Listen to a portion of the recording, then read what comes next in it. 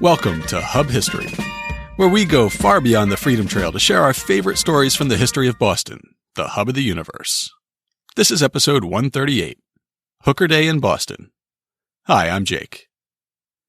This week, I'll be talking about a one-time holiday celebrated in Boston in 1903 called Hooker Day. While it might sound like this is going to be an X-rated podcast, I'm not talking about that kind of hooker. Instead, I'll be talking about General Joseph Fighting Joe Hooker, who was briefly the commander of the main Union force called the Army of the Potomac. 40 years after his Civil War command, he was immortalized with a massive statue in front of our State House. When the statue was dedicated, the entire city celebrated a holiday that was called Hooker Day in his honor. But before I talk about Hooker Day, it's time for this week's Boston Book Club pick and our upcoming historical event. My pick for the Boston Book Club this week is a brief article in the Smithsonian. Once upon a time, I subscribed to the Smithsonian magazine, but I read this one like everyone else does, on their blog. At the end of May, they announced an outstanding acquisition made by the Boston Athenaeum. In a private sale from an antiques dealer, the Athenaeum purchased 2 leather-bound photo albums, which contain a total of 87 portraits. The article describes them as a veritable who's who of 19th century Black Boston, dressed to the nines in Victorian finery. The images bring to life politicians, military officers, literary figures, financiers, abolitionists, and children, formally posed in opulent studio settings and gazing with great dignity directly at the camera. The albums belong to Harriet Hayden, an African-American woman who, along with her husband Lewis, escaped slavery to become a major figure on Boston's Underground Railroad. The opening of the article describes one of the portraits. With a quiet, unflinching confidence, Virginia L. Molyneux Hewlett Douglas posed for the photographer, one slender hand rustling the pleats of her fine silk dress. Although portraits were trendy and accessible in the 1860s when hers was shot, hand-colored photographs were a luxury, and this one is saturated with shades of emerald and lilac, underlining Virginia's wealth and high social standing as the wife of Frederick Douglass, Jr., son of the celebrated abolitionist. Her name is handwritten above the portrait in flowery cursive as Mrs. Frederick Douglass, pasted into one of 2 recently discovered albums that have the potential to change much of what we know of the network of African Americans centered around the steep north slope of Boston's Beacon Hill in the 1860s and beyond. We'll have a link in this week's show notes so you can check out the article. It includes samples of a few of the photos, explanations of why the albums are so important, and the curator's plans to research the photo subjects who are known and attempt to identify those who are not. And for our upcoming event this week, we're featuring the local edition of a statewide event. Mass Humanities is sponsoring a series called Reading Frederick Douglass Together that's being held across the Commonwealth this summer. On July 2nd, people will gather on Boston Common to take part in a reading from Douglass's 1852 speech, What to the Slave is the 4th of July. Though Frederick Douglass had strong ties to Boston and gave many famous speeches here, this, his most famous address, was given in Rochester, New York. It was delivered on July 5th as a response to the city's Independence Day celebrations, and it takes aim squarely at the promise of the Declaration that all men are created equal, and contrasts the beautiful sentiment of that phrase with the reality of enslavement that he had grown up in, and that still continued to that day. He said in part, "Fellow citizens, pardon me. Allow me to ask, why am I called upon to speak here today? What have I, or those I represent, to do with your national independence? Are the great principles of political freedom and of natural justice embodied in that Declaration of Independence extended to us?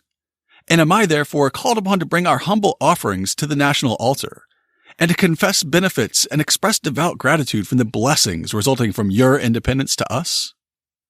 But such is not the state of the case. I say it with a sad sense of the disparity between us.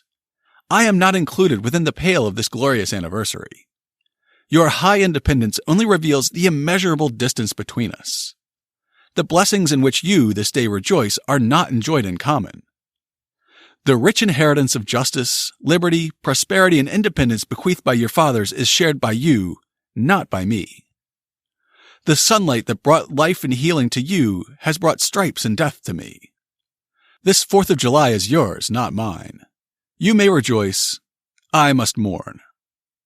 to drag a man in fetters into the grand illuminated temple of liberty and call upon him to join you in joyous anthems were inhuman mockery and sacrilegious irony. Do you mean, citizens, to mock me by asking me to speak today? If so, there's a parallel to your conduct. And let me warn you that it is dangerous to copy the example of a nation whose crimes, towering up to heaven, were thrown down by the breath of the Almighty, burying that nation in irrecoverable ruin. I can today take up the plaintive lament of a peeled and woe-smitten people. What to the American slave is your 4th of July? I answer, a day that reveals to him more than all other days of the year the gross injustice and cruelty to which he is the constant victim. To him, your celebration is a sham, your boasted liberty an unholy license, your national greatness swelling vanity. Your sounds of rejoicing are empty and heartless, your denunciations of tyrants breast-fronted impudence, your shouts of liberty and equality hollow mockery. Your prayers and hymns, your sermons and thanksgivings, with all your religious parade and solemnity, are to him mere bombast, fraud, deception, impiety, and hypocrisy, a thin veil to cover up crimes which would disgrace a nation of savages. There is not a nation on the earth guilty of practices more shocking and bloody than are the people of these United States at this very hour. It's uncomfortable to read even today because it forces you to examine uncomfortable truths about our nation's founding and founders. If you have to confront an uncomfortable truth, why not do it with friends? Here in Boston, the reading will be held at noon on Tuesday, July 2nd, in front of the memorial to Robert Gould Shaw and the 54th Massachusetts Volunteers. However, if you won't be in Boston, we'll be sure to link to the entire event schedule from Mass Humanities. Readings will be held in different towns from June 27th to September 28th. At each one, members of the public can volunteer to read a passage from the speech, and everyone takes turns until the whole thing is complete. We're about to get into the best part of today's show, which means that this is the point at which another podcast might pause for what's known as a mid-roll ad. They might tell you about mail-order underwear or print your own postage. They might extol the virtues of a certain web hosting company. Or perhaps they'd explain the benefits of a meal subscription service. Well, that's not us. While we wouldn't turn down the right sponsor, we count on our listeners instead of advertisers. By supporting us on Patreon, you can help us cover the cost of making Hub history. Plus, there are fun rewards at the $2, $5, and $10 monthly levels. To check out the rewards or to sign up, just go to patreon.com/hubhistory or visit hubhistory.com and click on the Support Us link. Thank you to everyone who's already contributed, and thank you for signing up today. And now it's time for this week's main topic. In March of 2018, Representative Michelle M. Du Bois, the state rep for parts of Brockton, East Bridgewater, and West Bridgewater, was at the Massachusetts State House. About a month after the deadly Parkland shooting, high school students from around the state gathered at the Capitol to advocate for stronger gun control. Du Bois was with a group who were making what has to be one of the oldest jokes in the Commonwealth. She tweeted, "Are you a general hooker? Of course not.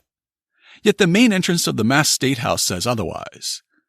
Me Too is not all about rape and harassment, but also women's dignity. A funny double entendre misrepresented as respect for a long-dead general." Now, I've usually heard this joke as some variant of, if the general hooker entrance is in the front, does that mean the specific hookers enter in the back? Apparently, high schoolers haven't developed that keen, refined sense of humor just yet. Du Bois said, "I've seen teen boys tease teen girls about being general hookers, waiting in line at the entrance."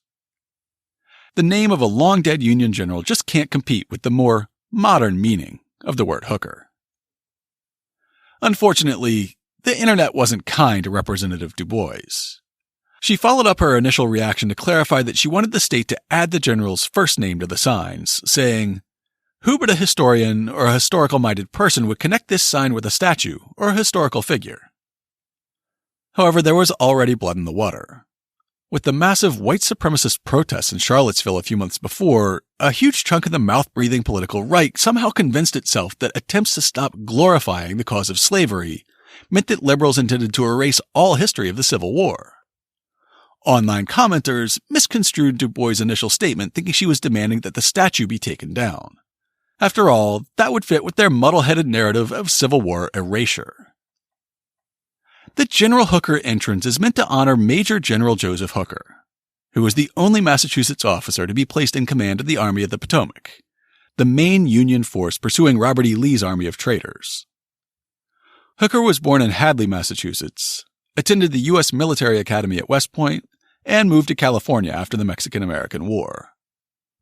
Though his family had resided here since the founding period, Hooker didn't really have ties to Massachusetts after childhood.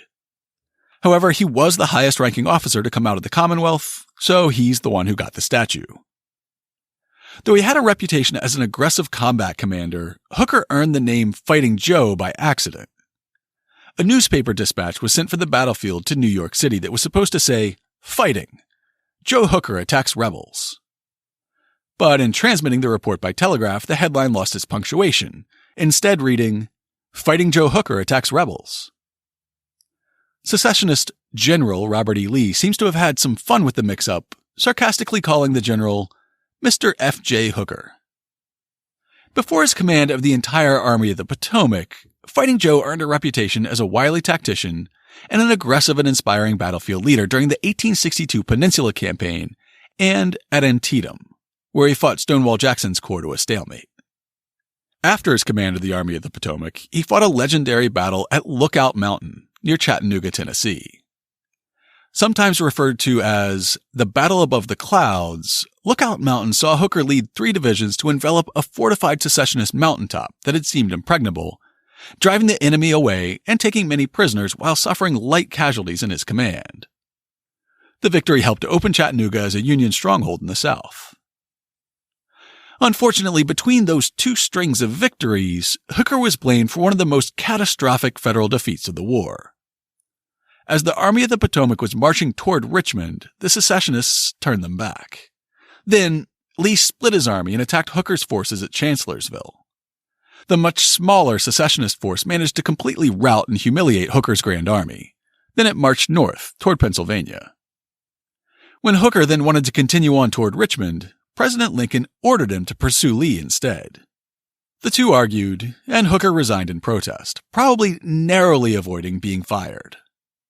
Lee marched on to Gettysburg, and Hooker would be remembered as having allowed it. Time eventually softened America's memory of Fighting Joe, and when the 30th anniversary of the war rolled around in the 1890s, people were ready to see him in a more positive light. There were commemorations of the war and its veterans throughout the anniversary period of 1891 to 1895, and more would soon follow. The monument to Robert Gould Shaw and the 54th Massachusetts Volunteers was nearing completion in 1896, and it would be dedicated the following year. During this period of warm feelings, the state legislature passed a law authorizing construction of a statue of General Joseph Hooker as Chapter 43 of the 1896 Acts and Resolves of the General Court. Resolve providing for erecting in the State House or on the State House grounds an equestrian statue in bronze of the late Major General Joseph Hooker. Resolved, that there be allowed and paid out of the Treasury of the Commonwealth to be expended under the direction of the Governor and Council a sum not to exceed $50,000, for the purpose of erecting in Massachusetts an equestrian statue in bronze of the late Major General Joseph Hooker, said statue to be placed in or near the State House on such site as the Governor and Council may designate. Approved, March 28, 1896. The speech given by Lieutenant Governor Curtis Guild at the eventual dedication of the monument helps fill in the gaps and illustrates how the statue got created. The details of its construction and location were left by this resolve to the Governor and Council. On January 5, 1898, the Council of that year selected Daniel C. French and Edward C. Potter to prepare, respectively, the models of man and horse, which were later approved by the same council and by Governor Walcott. In the same year, 1898, the site for the monument was chosen and approved. The 2 sculptors, Daniel Chester French and Edward Clark Potter, were both Massachusetts residents, and they would both go on to wide acclaim for later projects. Edward Clark Potter was basically French's assistant, but he was considered an expert on portraying animals in his own right. A few years later, his most famous work would be the pair of pink marble lions that guard the entrance to the New York City Public Library, the ones that feature in the opening shot of Ghostbusters.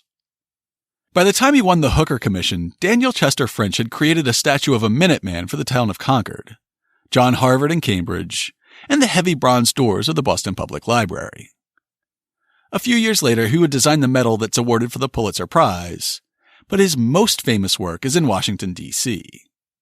In 1920, French created the seated statue of Abraham Lincoln for the Lincoln Memorial. 7 years after its authorization, the memorial to Fighting Joe Hooker was nearing completion, and the Commonwealth and the city of Boston were getting ready to dedicate it. June 25th was chosen as the date of the unveiling, and a grand celebration was planned. A new holiday was proclaimed, and city employees were given a day off, as the May 21, 1903 proceedings of the Boston Common Council reveal. Mr. McMahon of Ward 4 offered an order that His Honor the Mayor instruct the various heads of departments to grant the employees in their respective departments a holiday on June 25, 1903, Hooker Day, without loss of pay, as part of compensation for their services to the city. If Representative Du Bois' teen boys and teen girls made jokes about the General Hooker entrance, imagine how much fun they would have with a holiday called Hooker Day. Of course, proclaiming a holiday for city workers didn't mean that everyone would get Hooker Day off. Governor John L. Bates issued a proclamation on June 22nd urging private employers to give their workers a holiday as well. To the citizens of Boston, on Thursday next, the Commonwealth is to dedicate a statue to commemorate the services of Major General Joseph Hooker. This monument is erected to indicate the appreciation that Massachusetts has, not only for the great commander whose name it bears, but also for the brave men who represented Massachusetts and the cause of the Union in the Civil War. Thousands of veterans are to visit this city on that day and to join in the dedication exercises and in the parade. The state departments will be closed. His Honor the Mayor has directed that City Hall be closed, and I hereby suggest and earnestly recommend that similar action be taken by our citizens, and that all places of business be closed, and that our people emphasize their appreciation of the services of the Union soldiers, the living and the dead, by making the day in effect a holiday, and by fitting decorations throughout the city and especially along the route of the procession. On Hooker Day Eve, the June 24th Boston Globe lays out how the people of Boston reacted to this request. Yesterday, throughout the city, representatives of various lines of business and trade held meetings to discuss the proclamation of Governor Bates, in which he requested that tomorrow be made in effect a public holiday, owing to the large number of visitors to be in the city, and out of respect to the memory of the men in blue and in appreciation of the services they rendered the country. There was only one result to such meetings, and that was a unanimous vote to fall in line with the request of the head of the Commonwealth. So numerous were these meetings, and so general was the decision by private concerns to respect the request of the governor, that it is safe to say that few, if any, business concerns in Boston will open their doors tomorrow. So Hooker Day would become a holiday for nearly everyone in Boston. With so many people given the day off, and with tens of thousands of veterans expected to march in the parade, and hundreds of thousands of citizens expected to spectate, the city had some other preparations to make as well. On June 15th, the Boston Board of Aldermen took up the public safety and infrastructural concerns. Alderman Bowen offered an order that the Board of Police be authorized to close to travel by vehicles except police, fire, hospital, and mail wagons, the streets to be used for the Hooker Parade on June 25th. And the city messenger is hereby requested to rope off said streets wherever necessary, and the expense to be charged to the appropriation for City Messenger Department. Chairman Doyle offered an order that His Honor the Mayor be requested to order City Hall and the other city buildings closed on Hooker Day, June 25, 1903, and that he be further requested to have City Hall decorated on that day. There were also preparations to be made on the civilian side. On June 24th, the Boston Post reported on the last scramble to get ready for the next day's celebration. Already it is predicted that the crowd which will gather in this city for tomorrow's celebration will outnumber even the immense gathering that Boston welcomed on Dewey Day a few years ago. With the coming advent of Christian Scientists, as well as the School Teachers Convention, it is expected to be a very difficult proposition after today to secure suitable accommodations in this city. Every lodging house in Boston is sure to reap its harvest, and rates are accordingly bound to mount suddenly skyward. Meantime, the quarters of the Hooker Day Committee at the State House are besieged from morning until night by eager applicants for tomorrow's tickets. Early yesterday, a large sign was placed without the door stating that every seat for the State House stand was long since taken. This has had but little effect upon the seekers, most of whom, though, are disabled veterans or their relatives. For these, a few tickets for the Post Office Square stand are still held in reserve. In addition to the holiday, the June 24th Boston Globe noted concerns about the weather.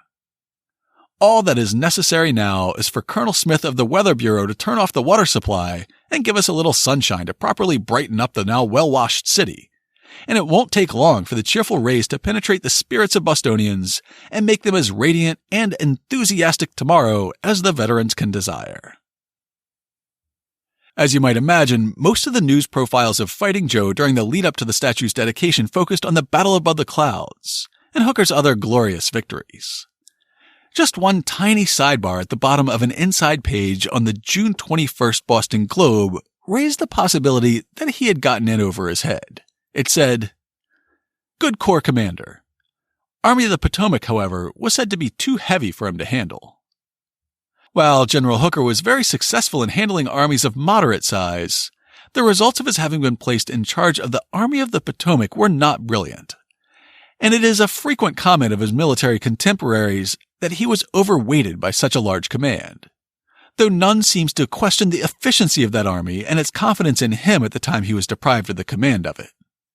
He suffered a serious defeat at Chancellorsville in the winter of 1863, and the consequent criticisms, together with personal grievances against the General-in-Chief at Washington, Halleck, with whom Hooker was never on good terms, caused him to resign his command a few days before Gettysburg.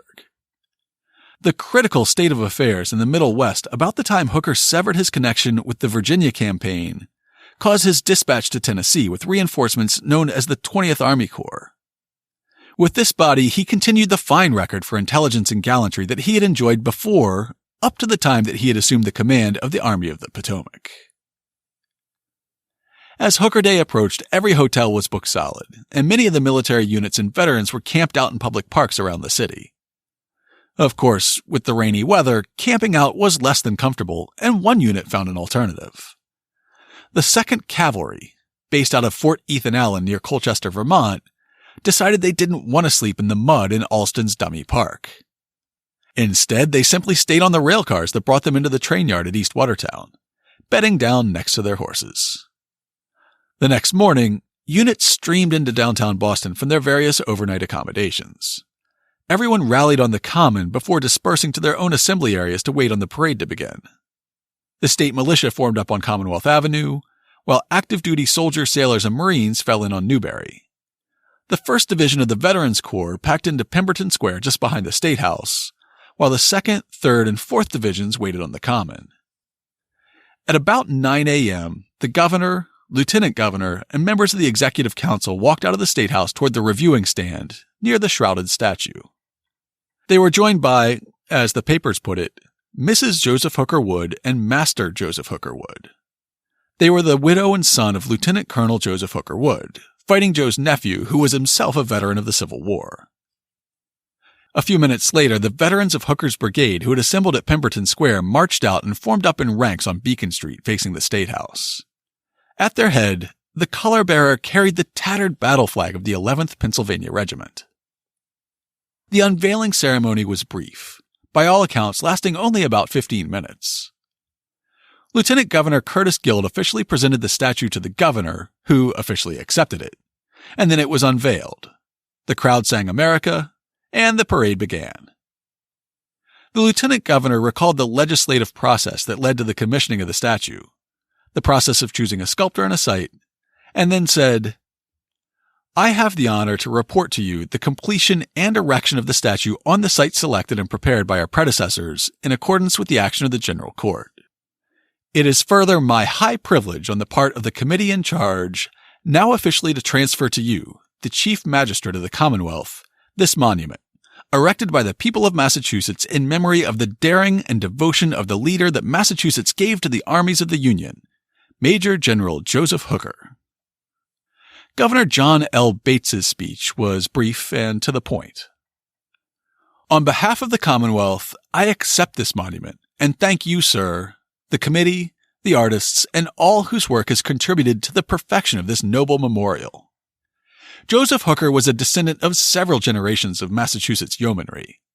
Here he was born, and here he spent his childhood and youth, but the breadth of the continent was not too vast a sphere for the activities of his manhood. Trained in the nation's school of the soldier, he was ready to serve her whenever and wherever the nation needed him. Early in the great contest for the perpetuity of the Union, he attained distinction, and through merit advanced from command to command until he led a vast host, the Army of the Potomac. Never in the rear, but always leading his troops, sharing their dangers and beloved by them, always seeking the enemy, whether in the valley or on the mountain, beneath or above the clouds. Self-reliant, resourceful, intrepid, impetuous, he was a fighter with his sword always drawn, a hero of battles, a soldier, and a patriot. To his memory and to the memory of the 146,730 brave, true, irresistible men whom this state sent forth to engage in that greatest of all conflicts of arms, is this monument dedicated. Here, sitting in the saddle of bronze, may the commander ever direct the attention of the world to the fact that Massachusetts does not forget her defenders. And may he order to the front in all generations of our citizenship the best impulses, the noblest ideals, the highest traits of character. At the time, it was unusual that the formal speeches and unveiling took place before the parade commenced. For example, when the memorial to Robert Gould Shaw and the 54th Massachusetts Volunteers was unveiled across the street from the State House in 1897, a ceremony was held at Boston's Music Hall, then the parade marched to the statue site on Beacon Street. A June 25, 1903 wire service story picked up by the Las Vegas Daily Optic notes, "The program committee reversed the usual order of things and had the unveiling take place before the parade in order that everyone might have an opportunity of viewing the latter. The unveiling exercises were simple and occupied less than a quarter of an hour. The only addresses were the presentation speech made by the chairman of the statue committee and the speech of acceptance by Governor Bates. At the conclusion of these addresses, the mammoth statue, which up to this time had been enveloped with the stars and stripes, was exposed amidst cheers from thousands of throats." Another wire service story, this one carried in the Washington, D.C. Evening Star on June 26th, said, "Master Joseph Hooker Wood, grandnephew of General Hooker, pulled the cord which released the veil, and as the curtain fell, Battery A, stationed on the Common, fired a Major General's salute of 13 guns. Master Joseph's age isn't given in the news coverage, but from the picture of him published in the program, I'd guess he was about 10 years old. The Globe noted, "The little boy in the white duck sailor suit laughed in childish appreciation of the noise and enthusiasm which the act of his hand had evoked." The Las Vegas Optic tries to give a concise description of the statue for an audience that will likely never visit Boston and see it. The statue is the work of Daniel C. French. It is colossal, measuring nearly 15 feet high, while the pedestal on which it stands is of nearly equal height. The horse stands with all four hoofs on the ground, its head pulled in, its tail pendant. The general is equally quiet. He wears the soft chapeau, sits with straight knees very erect, and holds his head a little back, as if observing the movement of troops at a distance.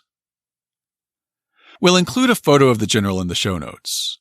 This particular picture was taken in 1863, and it shows him relaxed, slouching slightly back in the saddle with his hat pushed up off his brows a bit.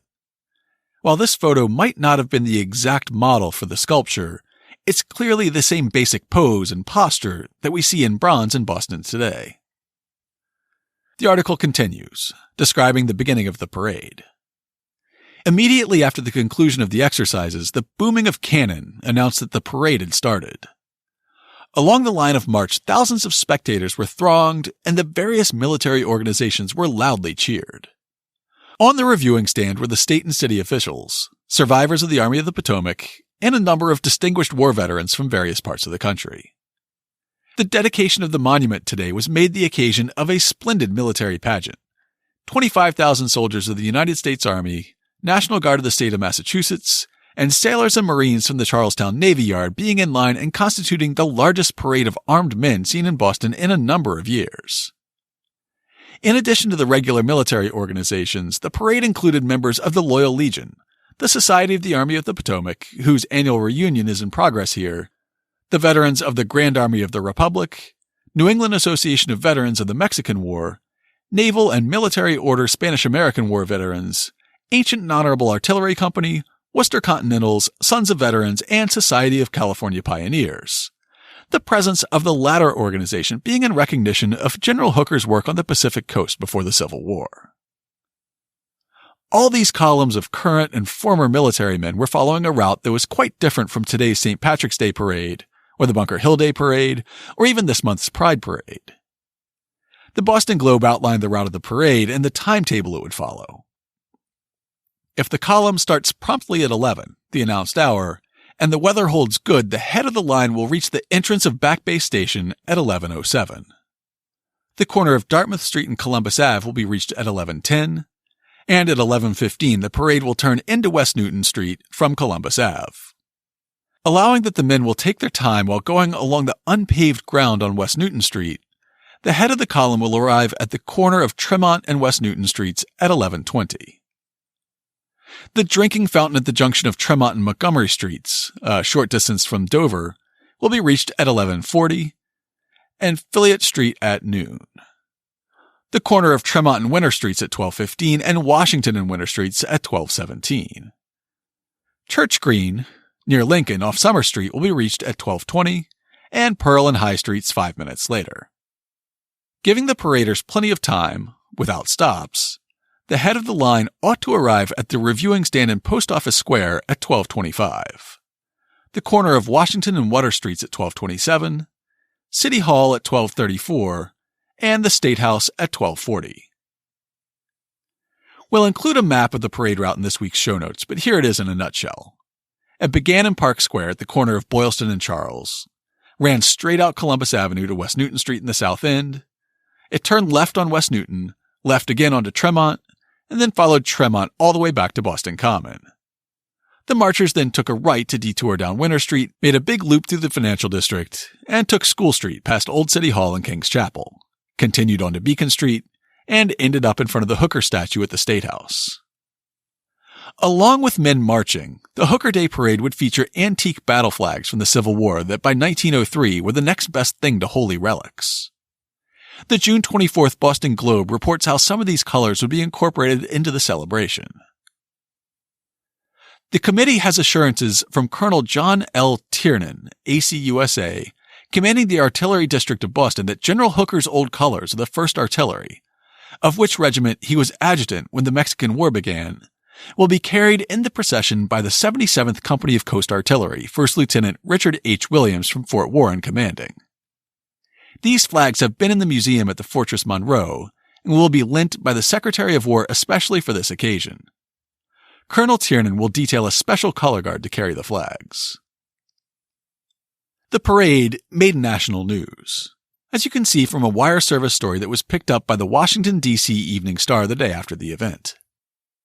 Scores of the most distinguished military men of America participated, together with regular Army, cavalry, and infantry, Marines and Bluejackets from the Coast Division of the North Atlantic Squadron sent here for the day, the state militia, veterans who served with Hooker, members of the Massachusetts Department of the Grand Army of the Republic, veterans of the Spanish-American War, and the Boston School Regiment. While it didn't make headlines nationwide like the parade did, there was an additional ceremony that night at Mechanics Hall on Huntington Ave. The evening program included music from the 1st Corps of Cadets Band, the Grand Army of the Republic Veterans Chorus, an oration from a general of the GAR, and an Assembly of Colors, featuring the antique battle flags of various Massachusetts units. The June 26th Boston Post describes one more event that took place that evening, as veterans sat watching a drummer during the post-celebration at Mechanics Hall. Governor Bates rose to speak at 7:20. The veterans applauded him heartily. The governor said, "Veterans and friends, we have here this evening an old drum. It was beaten on Lookout Mountain. We have with us one who was a drummer boy in Hooker's brigade. The old drummer boy will now beat the assembly on the old drum." Cheers and applause greeted this announcement. "Front," came the command, and a grizzled vet marched out to the front, accompanied by a younger man, a fife player. The sea of gray hairs and bald heads rose up and blood mounted to their cheeks and temples as the drum and fife played the old summons. Two old fellows sitting under the stage waved their chairs aloft, and the war fever had showed its fervid grip on all. It was a scene appealing to the calmest mind. The old and the young man walked off, but the vets called out for just one more rattle of that old drum. They applauded until the drummer came forward and played Yankee Doodle. This delighted the old fellows, and they stood up and tapped their feet. Reluctantly, they allowed the drummer boy to retire. As I prepared this episode, I was struck by the declining numbers of these old fellows. I did the research and writing for this episode during the week of the 75th anniversary of D-Day. While I was too young to pay much attention to the 40th anniversary, I very distinctly remember the 50th anniversary of D-Day, with many stories about the waning ranks of the veterans of that fateful day. My own grandfather, who was wounded during the landing at Utah Beach, had just passed away a few years before. And of course, during the anniversary this year, just a scant handful of D-Day veterans are still alive from any of the Allied armies, almost all of whom are nearly centenarians by now. For the Hooker Day Parade in 1903, there was already a growing sense of melancholy over this thinning of the ranks. I was struck by a paragraph from the June 26th Boston Post, which describes the aging and disabled veterans who came out to watch the parade. While their gritty comrades, refusing to be classified in the category of disabled veterans, held grimly on in the fatiguing march over the muddy pavements, refusing to be accounted for until the procession was finished, many limping, sad-eyed veterans watched them pass by from their shelter in windows, stands, or on the edge of the crowd. Unable to forego the old fascination of the music and the drum, these forgotten soldiers had donned their old uniforms. Eloquent as was their silence and inaction as their comrades of other days filed by, more touching by far was their reverent tribute to the colors they had followed long ago. Forbidden by age or other infirmities from taking their places with the men by whose side they had struggled for 4 long years, they stood singly or in groups, each raising his old felt hat in reverence to the stained and battle-scarred standards. From that passage, I couldn't help but see a parallel to the waning of another generation to which our nation owes so great a debt. To learn more about Hooker Day in Boston, check out this week's show notes at hubhistory.com/138. We'll post a link to the tweet where Representative Du Bois expressed her opinion about clarifying the name of the General Hooker entrance to the State House. We'll also have links to all the Boston Globe, Boston Post, and out-of-town newspapers we quoted from. And we'll have links to the act authorizing the construction of the statue, the program for the dedication ceremonies, and city council records about the official preparations for Hooker Day. And of course, we'll have links to information about our upcoming event and the Smithsonian article about Harriet Hayden's photo albums, this week's Boston Book Club pick. If you'd like to leave us some feedback, you can email us at podcast@hubhistory.com. You can call and leave a voicemail at 617-383-9255, and we might play it on the show. We are Hub History on Twitter, Facebook, and Instagram, or just go to hubhistory.com and click on the Contact Us link. While you're on the site, hit the subscribe link and be sure that you never miss an episode. We're in all your favorite podcasting apps, including Google Podcasts, Stitcher, Pocket Casts, TuneIn Radio, Player FM, and many more apps. Stream the show every Sunday night at 8 p.m. on bostonfreeradio.com. You can also listen on your favorite smart speaker. If you have an Amazon Echo, just say, "Alexa, play the Hub History podcast." Or if you have a Google Home, you can say, "Hey Google, play the Hub History podcast."